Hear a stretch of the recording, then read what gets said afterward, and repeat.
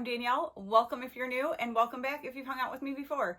And if you've been around coming and checking out my videos, but you haven't yet subscribed, I hope that you'll consider doing that. And if you're new, I hope if you enjoy this and maybe check out some of my other videos and feel like, yeah, I vibe with her, that you will consider subscribing as well. That will definitely help out my channel.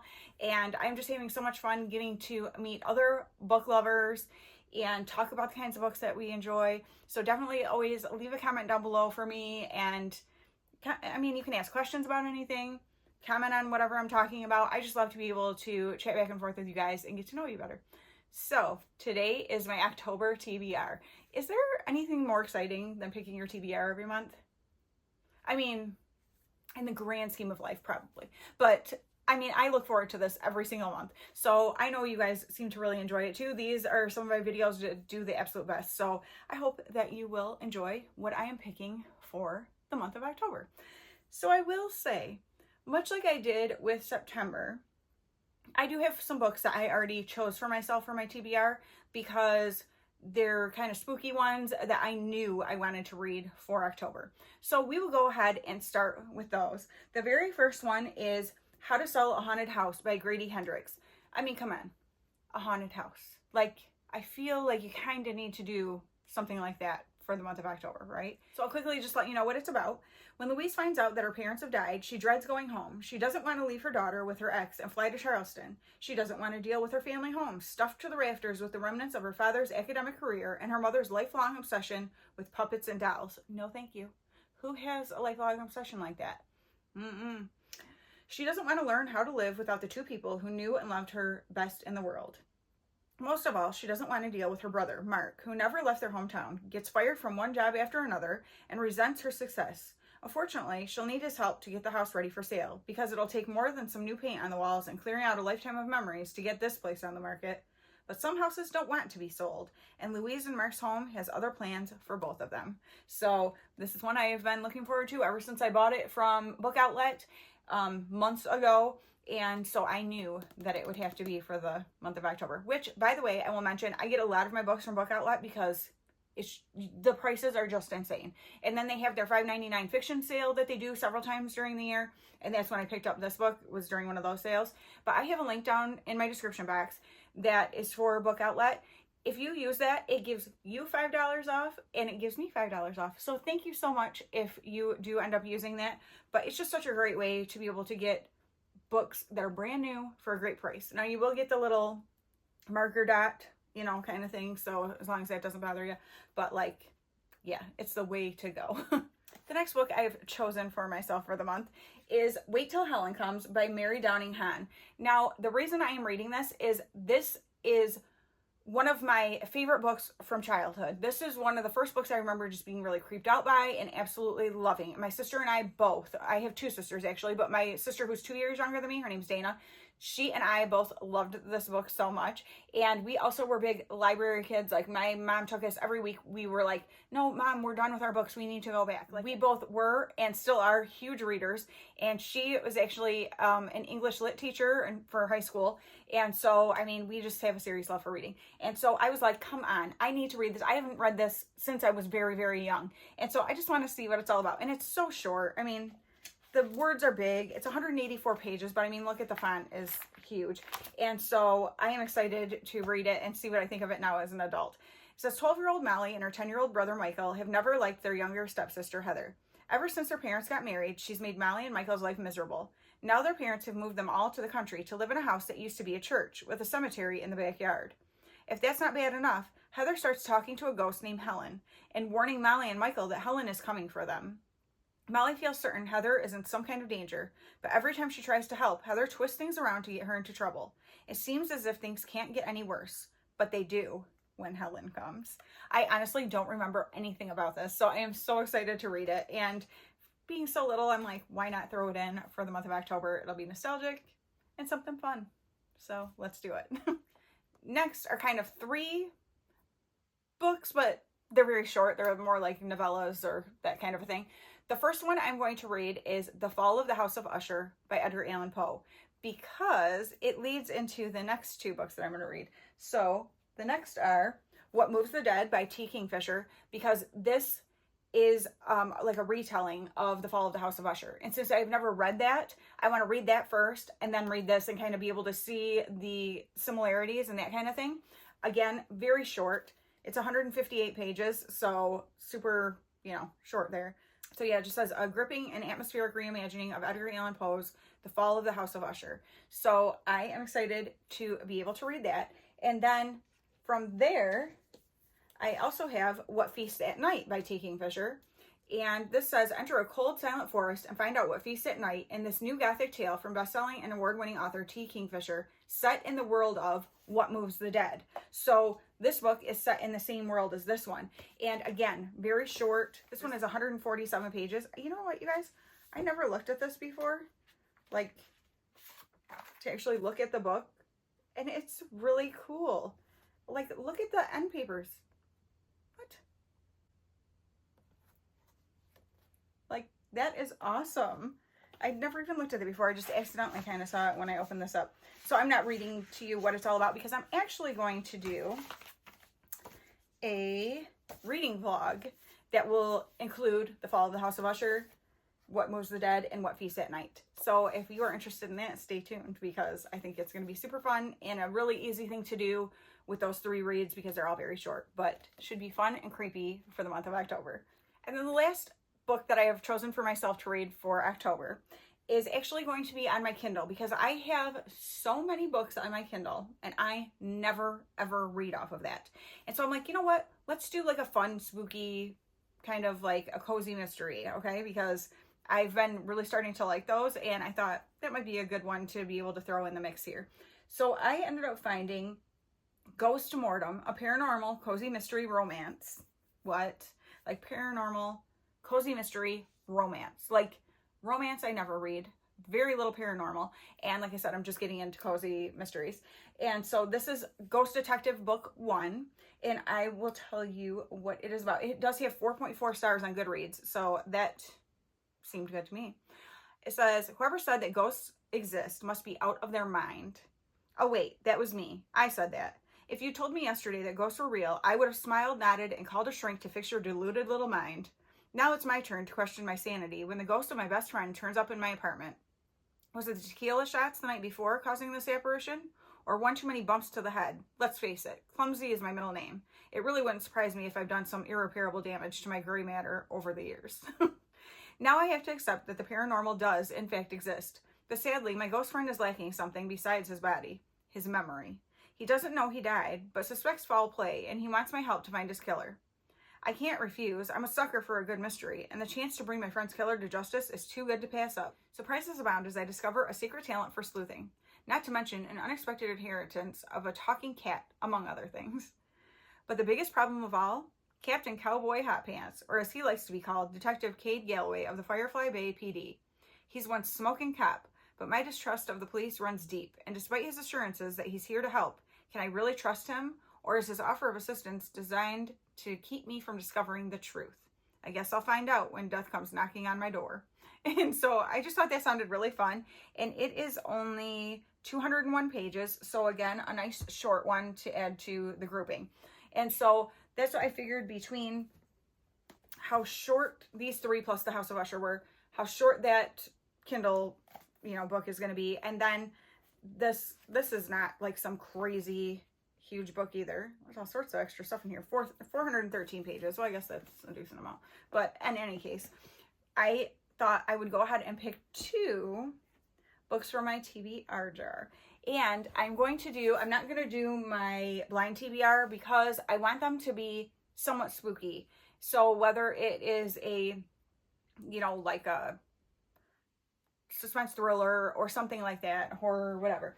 But, let me go ahead and pull this. If you have not seen it yet, I have my library book sale video that I did. I'll link it up here for you. I put all of those books that I had gotten from that, and plus I think anything else that I had gotten recently, I went ahead and put the book titles inside of this cup here.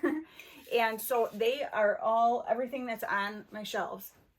So I am going to give myself the luxury, since it's my channel, of if I draw something that doesn't seem like something spooky or something for October, then I'm going to throw it back.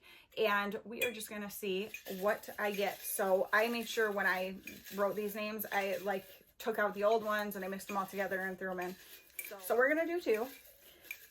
And we'll see what we get. Sorry, I just had a little coughing fit. Okay. The first is Harlan Coben, Fool Me Once.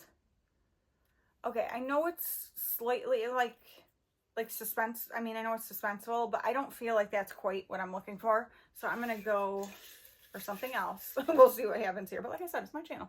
I can do what I want. Okay, Roshani Chokshi, The Last Tale of the Flower Bride. Let me look at it real quick and see how I feel.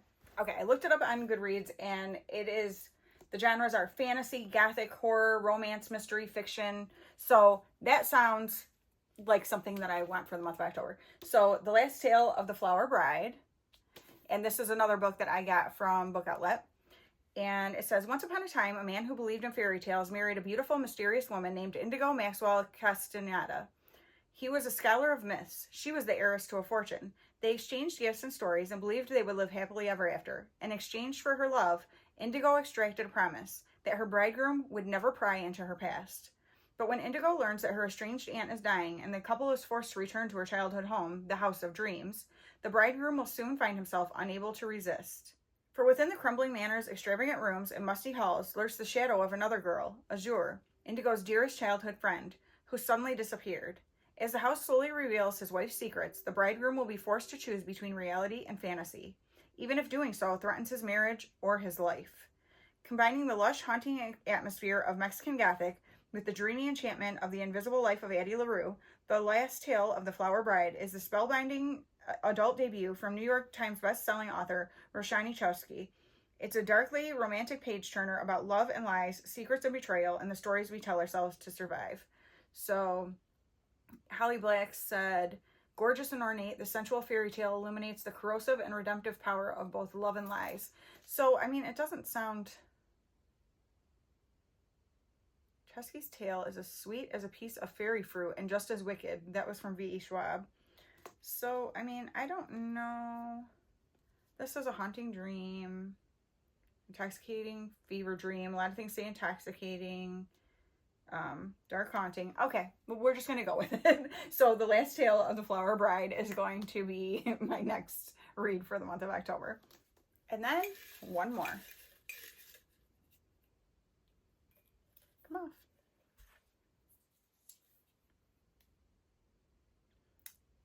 Katie Nunn, The Only Child. I believe that's over here somewhere. Is, ooh, I mean, it looks creepy, right? I'm looking at it and I'm like, I don't think this is the one I want because it's set during winter. And so that just doesn't really give me the feels that I'm looking for. So I'm going to set that to the side and it will just go back on my shelf and we will repick. All right, let's try again. This could take a while. We'll see.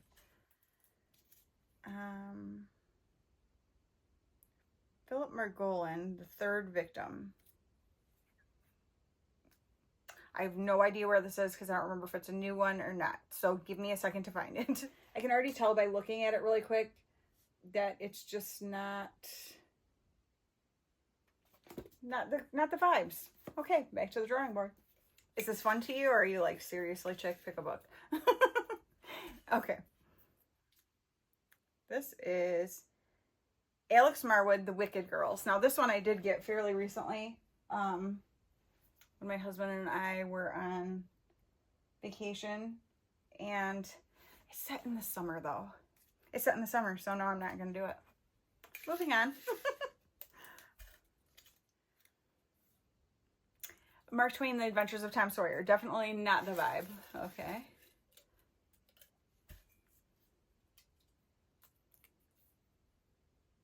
Joanne Tompkins, What Comes After. I don't know if this is creepy or not. I'm going to find it and find out. It is, but it's more of like a mystery than really what I'm looking for. So here we go again.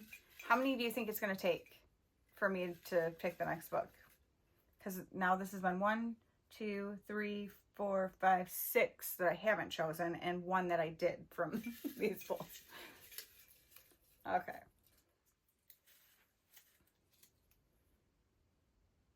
The Girl from the Savoy is definitely not it. These are all books that I'm excited to read at some point. Just, this is not the time. Emma Gray, Pictures of You. No, that's not really creepy either. Oh my gosh. Would I be better off to just pick a creepy book off my shelf? I Fell in Love with Hope. That's not really creepy either. Okay.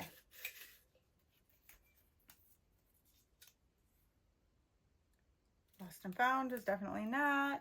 Oh my gosh, you guys. Maybe I should just look at my shelves and pick something. Because this is... I thought this would be easier. Beguiled. What's that? No, that's not. It's kind of a mystery thing. This is the last one.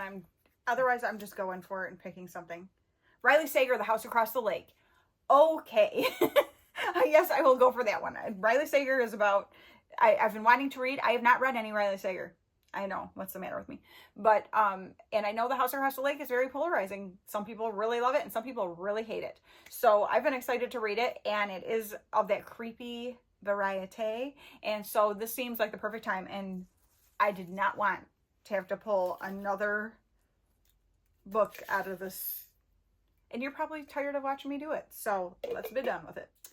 The House Across the Lake, Riley Sager. I actually got this from a little free library several months ago. I will link the video up here if you're interested in checking that out, actually, because little free library, you know, book hunts are pretty dang fun to watch. I think so anyway. But so be careful what you watch for. Casey Fletcher, a recently widowed actress trying to escape a streak of bad press, has retreated to the peace and quiet of her family's lake house in Vermont. Armed with a pair of binoculars and several bottles of bourbon, she passes the time watching Tom and Catherine Royce, the glamorous couple living in the house across the lake. They make for good viewing. A tech innovator, Tom, is powerful, and a former model, Catherine, is gorgeous. One day on the lake, Casey saves Catherine from drowning, and the two strike up a budding friendship. But the more they get to know each other, and the longer Casey watches, it becomes clear that Catherine and Tom's marriage isn't as perfect as it appears. When Catherine suddenly vanishes, Casey immediately suspects Tom of foul play. What she doesn't realize is that there's more to the story than meets the eye, and that shocking secrets can lurk beneath the most placid of surfaces. So, yeah. I'm excited to read this finally get one of his books under my belt. Yes, The House Across the Lake, this is not set in, you know, like Halloween time. I don't know when it's set, really, but it doesn't really matter. Lakes, you know, are there all the time. So that is going to be my TBR for the month of October. Quick recap.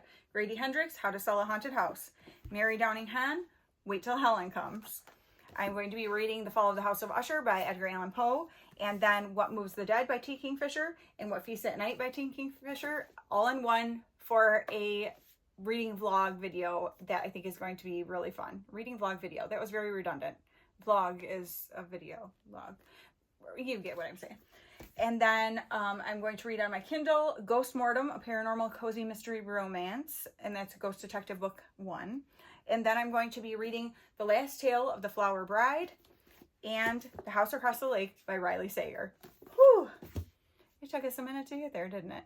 Well, I hope I didn't bore you and that you've stuck around. If you did, will you please put a pumpkin emoji down below, a little jack-o'-lantern, so that I know that you made it this far. And I'm looking forward to my creepy books for the month of October. What do you guys think? Which one is the most exciting to you? I'd love to know. All right. Thank you so much for taking time out of your day to watch. I hope you enjoyed this, and I will talk to you again very soon. Bye.